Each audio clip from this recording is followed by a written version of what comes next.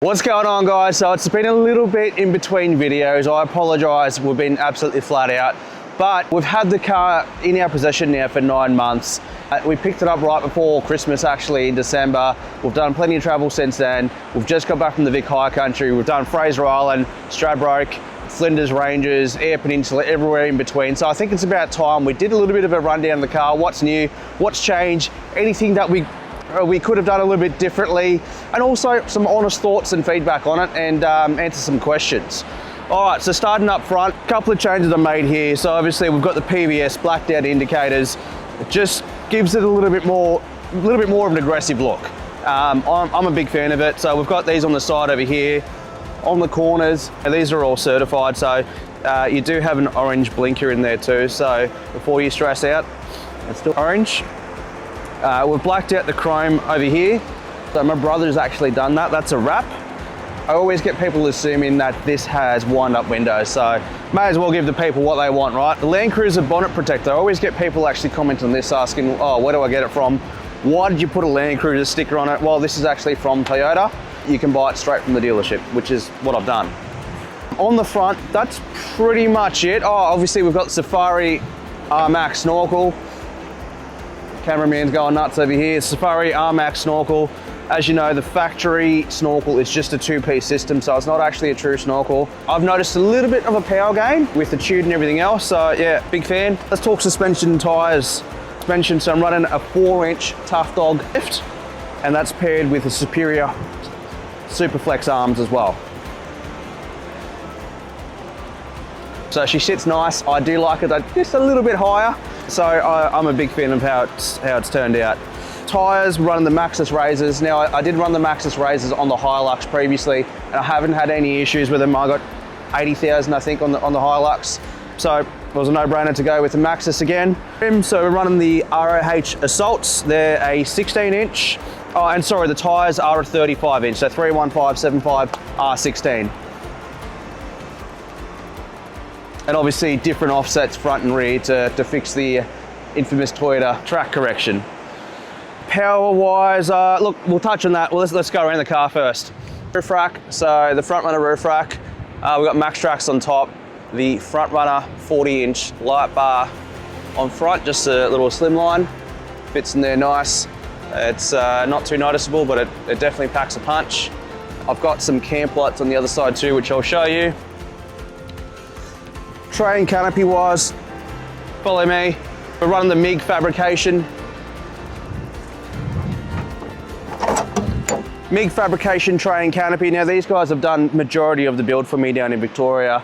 I'm a big fan of how it looks. I love the bobtail rear end there. So if you want to get a little shot on the contour of the back here, big fan. So it's got a headboard water tank, fuel filler on this side. Massive under tray toolboxes. That's just all recovery gear and shit like that in there. Quite a big trundle drawer actually. Oh, steady light there. This thing's huge. I actually sometimes when I'm lazy and I'm setting up the rooftop tent, I will stand on this to pop open the tent. Big amount of storage in here. I've just got back from a trip, so it's a bit of a mess at the moment. And we use this as a table to cook on and whatever else, so it's super handy. I love it. And water over here too, onboard water, which, oh, I actually do have some water in there, sweet. Obviously spare tyre here, Maxxis Razor, crash pad, bin bag. We've got the Bush Company AX27 rooftop tent with a 215 amp solar panel on top there as well from the Bush Company. Now we did have a Bush Company Alpha on the Hilux as well. We've taken that everywhere and big fan of it. It's never let us down. All three of us actually sleep up there too with our 3-year-old as well, believe it or not. And yeah, reasonably comfortable with the 3-year-old as well. And to match the rooftop, we've got the Bush Company XD Max. So this is the big dog. As you can see, it gives you full coverage. You can literally hang off these arms if you want. Oh, you know what, bugger, I'll give it a go. I'm not that heavy, but.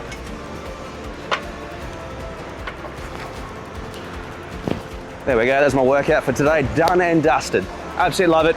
And on the back here as well, as I mentioned, we've do a lot of cooking back here. So we've got a steady micro touch, I think they're called. So yeah, amber and white light, dimmable, all that sort of stuff there as well.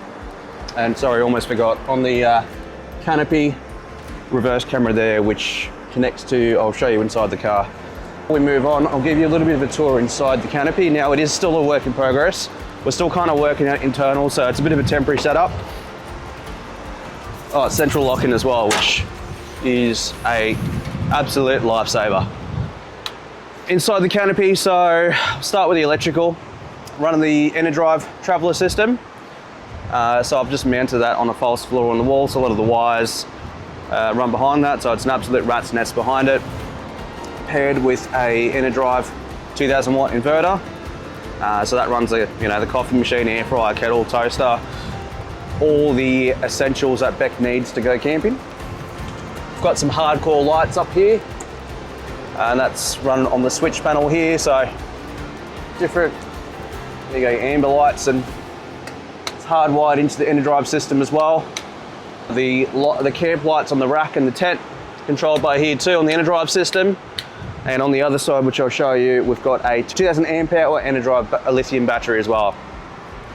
Fridge wise, this is the Dometic NRX 115 with an over edger fridge organizer. This is awesome, made in Brizzy, Aussie made.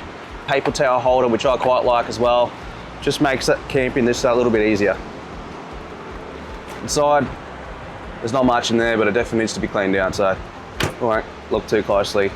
This is just a BCF XDM drawer. Once again, just temporary. But all your little bits and pieces, cooking stuff in here. Will be changed out though at some point. Coffee machine, and as you can see, it's a little bit of a mess there, and that's what we're trying to figure out now, and how to better organise this with a better system, but that is coming. Travel Buddy, I do get a lot of questions about that, on whether I think it's worth it. And yeah, absolutely, I love it. If you've got the power to run it, and if you are doing long drives, whack a pie or a frozen pizza, whatever you want in there, pull up in an hour or two and it's ready to go. So, big fan. On this side, once again, big under tray toolboxes, random bits and pieces in there. And on this side, this is called a stash box. So, no, it's locked. Anyway. All right, other side of the Canopy, let's go.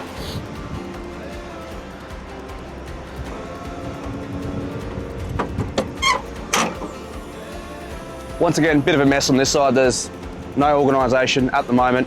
Got back from a trip as well recently, so there's had a bit of firewood and stuff in there. So it gets used. It's actually all scratched from the high country as well, but it still works a treat. Today was just a day trip, so we got some camp chairs, camera gear, some stuff for the beach. We can go for a swim after. That's the, sorry, I said 2000 watts, the 2000 amp hour battery. It's a 200 amp hour battery, my bad. I need another coffee. Of course, I don't go anywhere without the Morphlate compressor and reel as well. So inflation, deflation, those guys are the go. Cool, all right, we'll come over to this side.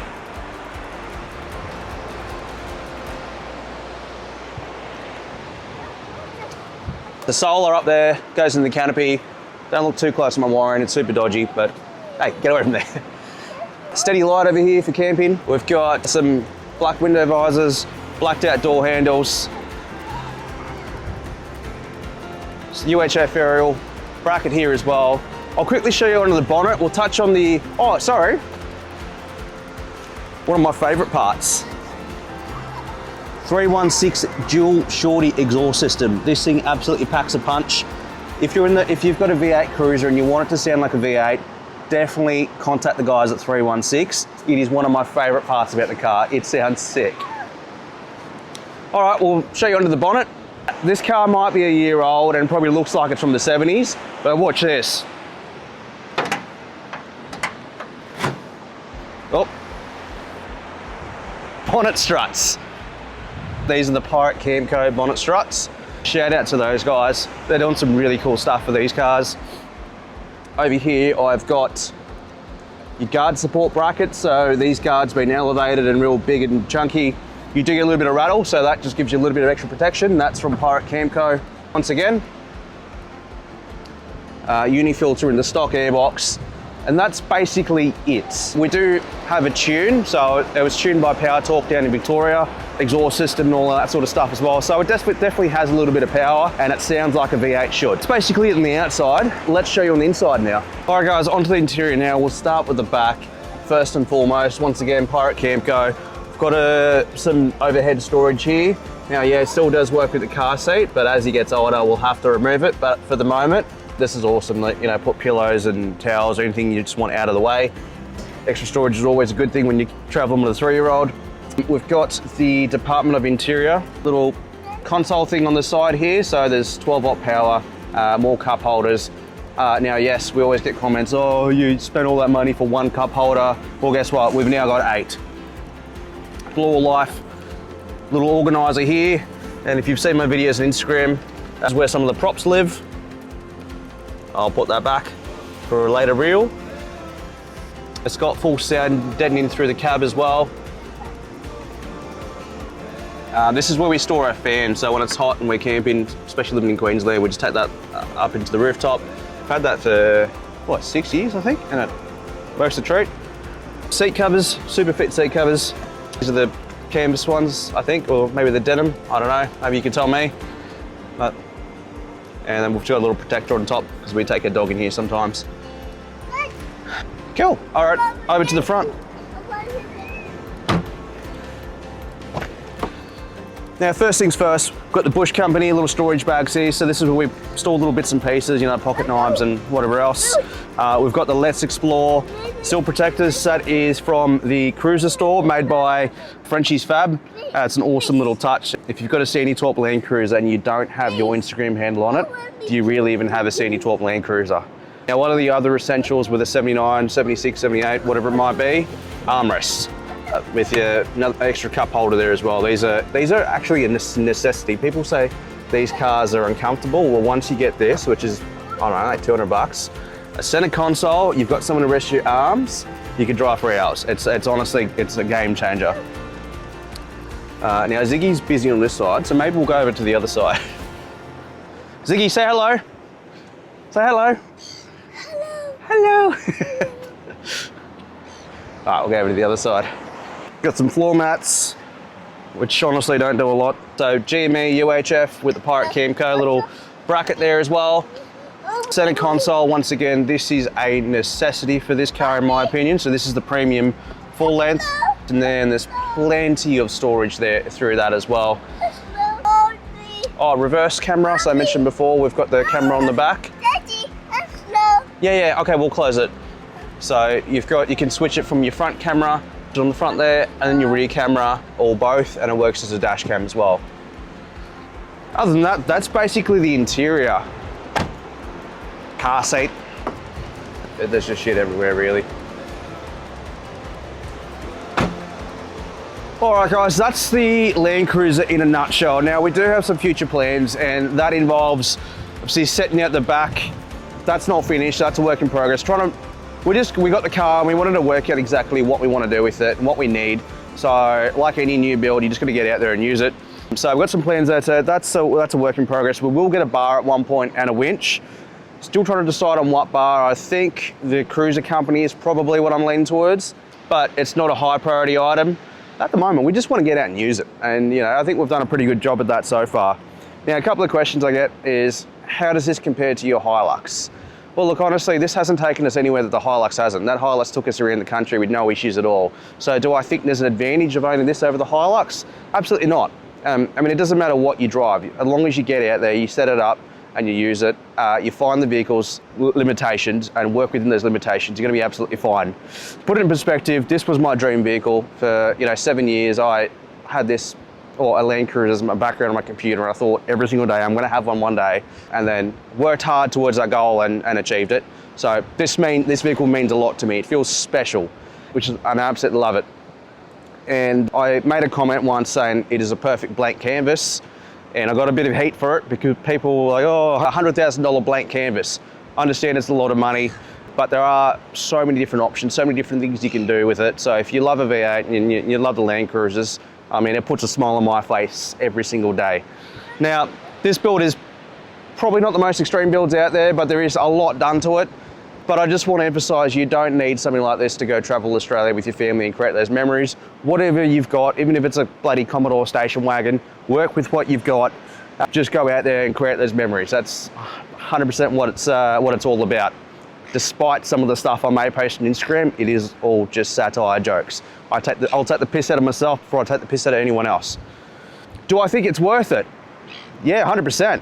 Going back to what I said before, being my dream vehicle, it is special to me. So I have no regrets in that sense. Is there anything I would have done differently? I probably should have got the bar work and stuff first and figured out what I want to do there before doing the suspension setup. Other than that, I'm going to answer a couple of questions which I've got. Let me just pull up my phone. What do I think of 4J H1 Rodeos? Mate, yeah, look, if you've got a Rodeo, you should probably stay away from schools if you're not already banned from them. Only joking.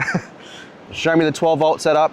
Yeah, inner drive system. I'm pretty sure I just put that in the video. Can you make the Black Dilly your gear shifter for a video? I can certainly do that.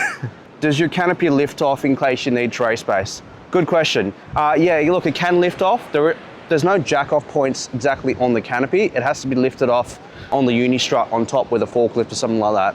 However, this is a dedicated tourer, so I don't need it for work. I don't need the tray space. So I'm perfectly used to it being the way it is. And also I don't have to help people move, which is a bonus.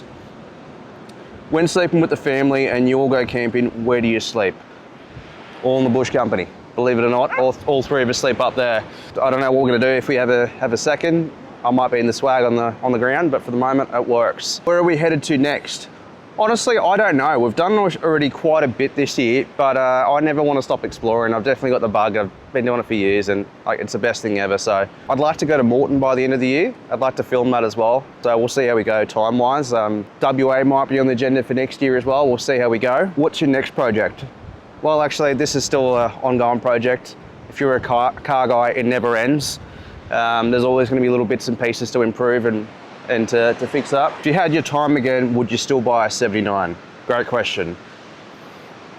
Yeah, I actually would. I love it. As I said, it's my dream car, so maybe I'm a little bit biased in that sense, but it puts a smile on my face every day and you can't put a price on that. Which facelift version do you prefer? Ooh, Beck just asked me a good question. Do you prefer the facelift or the pre-facelift? If you asked me when it first came out, I would have said the pre-facelift, and I still love them. But there's just something about that front end, which at first I wasn't sure about, but I am a big fan now. And I do, but especially when you put some bar work on it, when you put bar work on it, dress it up a little bit, I think they look schmick. Facelifts are the king. All right, guys, I think that's it for this video. Any other questions, leave them in the comments below and I'll reply to you. Anything else you want to see in the channel, let me know. And keep on exploring.